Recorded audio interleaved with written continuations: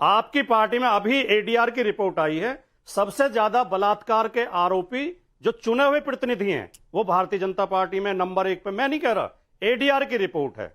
तो ये कह देना कि नहीं दूसरी पार्टी पे आरोप लगा देना, ये आपको शोभा नहीं देता। कम से कम जिनके घर शीशे के होते हैं उन्हें दूसरों के घरों पे पत्थर नहीं उछालना चाहिए। तो आपका घर शीशे का है कि नहीं भाटी जी? आप इसीलिए तो एक सवाल है, एक सवाल है, एक मिनट। आपने कहा इनका घर शीशे का है, आपका घर शीशे का है कि पत्थर का है? नहीं, मैं एक बात का और जवाब दे दूं चारू प्रज्ञा जी का। इन्होंने कहा कि इसीलिए तो आपको हरा दिया उत्तर प्रदेश की जनता ने।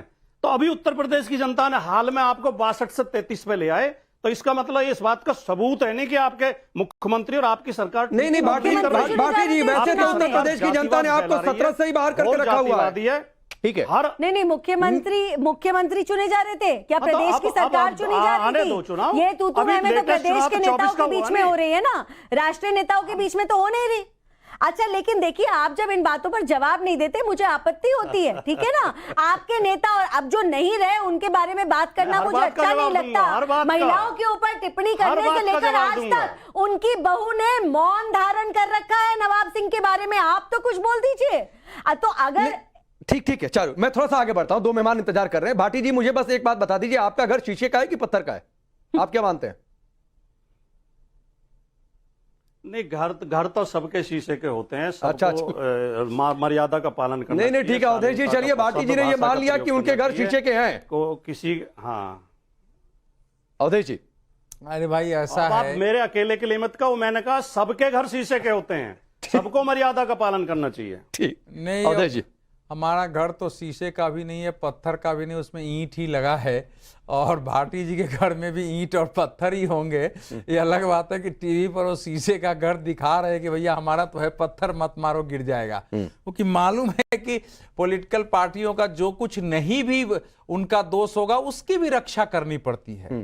क्योंकि अब कोई कहे कि भाटी जी क्रिमिनल है, क्रिमिनल कर लेंगे, तो मैं तो नहीं मानूंगा, लेकिन कोई उपाय ही नहीं है। नहीं लेकिन मुझे ये बताइए कि माफिया, मठाधीश, कुत्ते की पूंछ, गिदड़, एनकाउंटर, एसटीएफ, क्या और देखेंगे? सब सारे देखिए, सारे व्यक्तिगत नहीं है। पहली बात तो ये है, अगर योगी आदित्यनाथ जी कह रहे हैं कि माफियाओं का रहा है और गुंडों की पूंछ, कुत्तों की पूंछ सीध नहीं होती, तो वो सीधी सी बात है कि उत्तर प्रदेश में जिस ढंग से अपराधियों का, माफियाओं का बोलबाला था और जो स्थिति पैदा हो गई थी वहां, जिस ढंग से एक बिजनेसमैन तक को, छोटे छोटे बिजनेसमैन तक को अपना काम करने के लिए और जाकर के पेशी और मंथली देनी पड़ रही थी, जिस ढंग से अपहरण हो रहे थे, तो उसमें और बड़े बड़े लोग माफिया अपराधी हो गए थे भाई। तो सांसद, विधायक सब उत्तर प्रदेश और बिहार, 2 स्टेट तो एकदम देश का नेतृत्व कर रहा था ना इस मामले में, बाहुबलियों में, अपराधियों में। तो कौन सी नई बात है?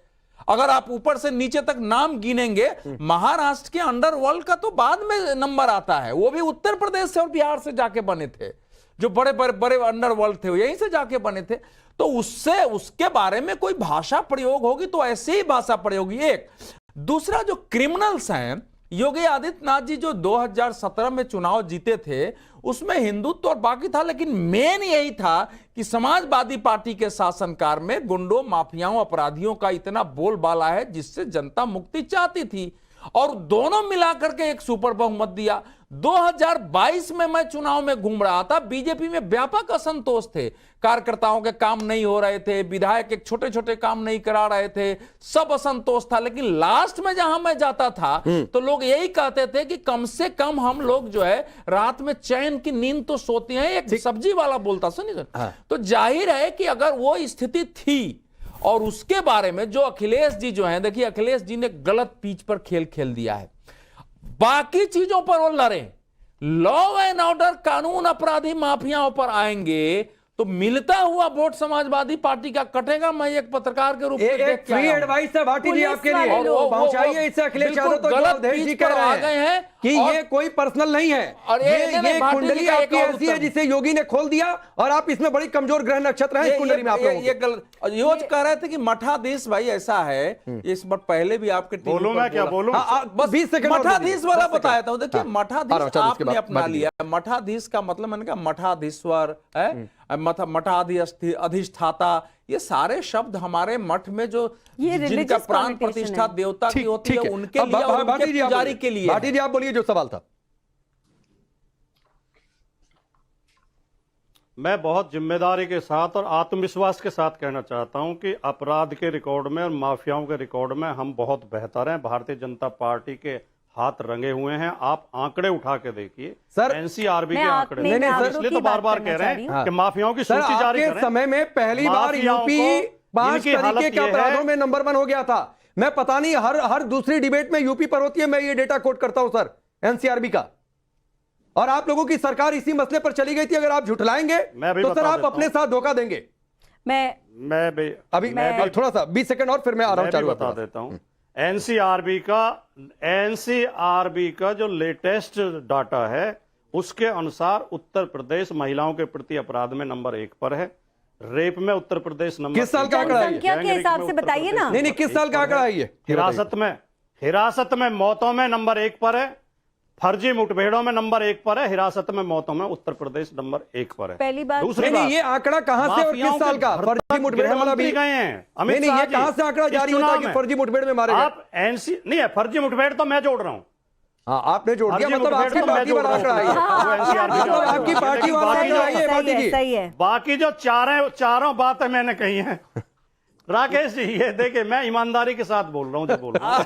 बाकी चारों चीजें एनसीआर आपकी ईमानदारी पर समस्या तो है, लेकिन समाजवादी पार्टी का गमछा जो है उत्तर प्रदेश में 11 रेप रोजाना होते हैं। एक चीज और है, थोड़ा सा समय दीजिए, मैं लोकेश भाई आपके पास आ रहा हूँ। चारों एक साथ आप जवाब दीजिएगा। लोकेश जिंदल ने अभी तक नहीं बोला है। लोकेश भाई, ये 2 लड़कों की जोड़ी गुमराह करने आई हुई है। अभी पता नहीं आप लोग खुलकर नहीं खेल रहे हैं कि पता उपचुनाव में 2-4 सीट मिली जाए। राकेश जी, सर्वप्रथम ये जो बुलडोजर पॉलिटिक्स जिसके लिए उत्तर प्रदेश ने अपने लिए एक बहुत बड़ी बदनामी ली है, इसकी निंदा तो सुप्रीम कोर्ट ने भी की है। बुलडोजर पर कहां चलेगा? नहीं, निंदा कहां की है? नहीं, और अभी बुलडोजर पर चर्चा थोड़ी नहीं चल रही है। नहीं, समझिए, ये जो शब्द माफिया है अपने अनुसार इसको आपको समझना होगा कि जब सरकार स्वयं कानून व्यवस्था का पालन नहीं करेगी तो सरकार तो ये आप तय करेंगे लोकेश भाई, सुप्रीम कोर्ट तय करेगा ना। अगर मामला सब जुडिस है और एक तारीख दी गई है, इंटरिम रोक है, तो अभी तो मत किसी फाइनल नतीजे पर पहुंचिए कि क्या हुआ नहीं हुआ। पिछली सुनवाई में सुप्रीम कोर्ट ने यूपी सरकार के एफिडेविट की तारीफ भी की थी इसी बुलडोजर एक्शन पर। तो सर, जो मामला सब जुडिस है, फाइनल कोई कमेंट आ जाए, फैसला आ जाए, तो फिर भी मैं आपकी बात ठीक मानूंगा। नहीं सर, मैं प्लीज सर, एक तो बहुत कम समय होता है, मैं बुलडोजर पर डिबेट नहीं कर रहा हूं, इसलिए प्लीज बुलडोजर पर मत बोलिए। देखिए, मैं मुद्दे पर आता हूं। देखिए, जो भी व्यक्ति कानून व्यवस्था का पालन न करे, उसको अपने आप को उससे ऊपर समझे, उसे हम माफिया कहेंगे। मैं कल एक पिक्चर देख रहा था 1987 की, मिस्टर इंडिया। उसमें एक व्यक्ति का घर जो है बुलडोजर करना चाहता था अमरीश पुरी। वो क्या डायलॉग है, मोगैम्बो कुछ हुआ। लेकिन वह व्यक्ति अपने घर को बचाने के लिए मेहनत करता है। वहां पर वो 10 अनाथ बच्चों को रखता है वहां पर, और वो चाहता था कि उसका घर बना। अरे लोकेश भाई प्लीज सर, लेकिन आप कहां मिस्टर इंडिया में, मुझे पता है। मैं सर प्लीज, मैंने पहले कहा कि ऑन एयर टाइम मत खराब किया करिए सर। आप, मैं चारू बस 10 सेकंड दीजिए। नहीं, मैं आपको मिस्टर इंडिया क्यों याद आया मैं आपको बता देता हूं। इसलिए कि यूपी में आप लोग मिस्टर इंडिया हो गए थे। वो शुक्र मनाइए सपा का, भाजपा का, अखिलेश यादव का, कि लोकसभा चुनाव में इतनी सीटें आप लोगों को आ गई सर, वोट ट्रांसफर हो गए, वरना यूपी में वाकई आप लोग मिस्टर इंडिया हो गए थे। चलिए चारू प्रज्ञा जी, ऐसा है कि ये जिस तरीके की बातें कर रहे हैं इस समय भी मुझे आपत्ति है, क्योंकि ये भूल जाते हैं। मैं आपको बताती हूँ, कसाब की मर्सी पिटिशन पे किसका साइन था? अखिलेश यादव का। टीवी पर नामी गुंडे मंगेश यादव को किसने डिफेंड किया लाइव टीवी पे?